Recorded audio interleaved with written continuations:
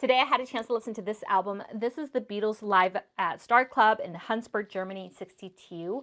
Now, the guys didn't know they were being recorded, or maybe they did, maybe they forgot about it, but it was definitely a spontaneous recording. You can tell that the mic is somewhere in the room, maybe at the back or the front of the room. There's debate, but one of the guys who worked at the club decided to record that day, and thank goodness they did, because they recorded Beatle history. Now, this is a bootleg, unofficial release. In fact, there was controversy of whether it should be released. The guy who recorded it sold it. That guy tried to sell it to Apple. Of course, there was drama. But you gotta appreciate the fact that this exists. It captures the Beatles in their youthfulness. You have George that's only 19. You have Paul that's 20.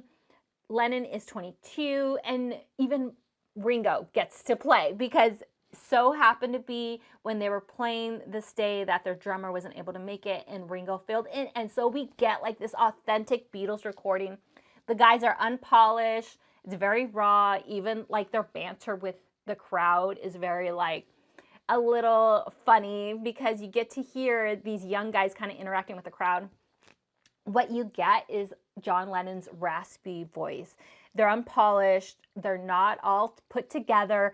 And so it kind of feels very authentic. You can hear that they're playing with the crowd. They're playing the music that the crowd wants to hear. So there's a lot of covers on here. The first song is their own.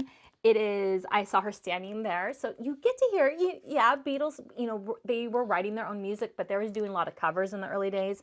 They loved rock and roll. They were influenced by Little Richard and Elvis and all these different rock and roll guys. And here you get like the Beatles trying to be a little rock and roll, trying to be, I mean, you got to put yourself back in 62. It's not like everyone had a record player. It's not like everyone could afford records. This is post World War II generation. So these are the kids that their parents lived through World War II, but now they're teenagers. Now they're becoming adults, and the Beatles bring this new life, this new energy. And if you hear Balapa Baluba Balapa Boo by Little Richard, and John is covering it, you feel that energy of like the sense of freedom. They're coming out of that old generation, and a new beginning is starting.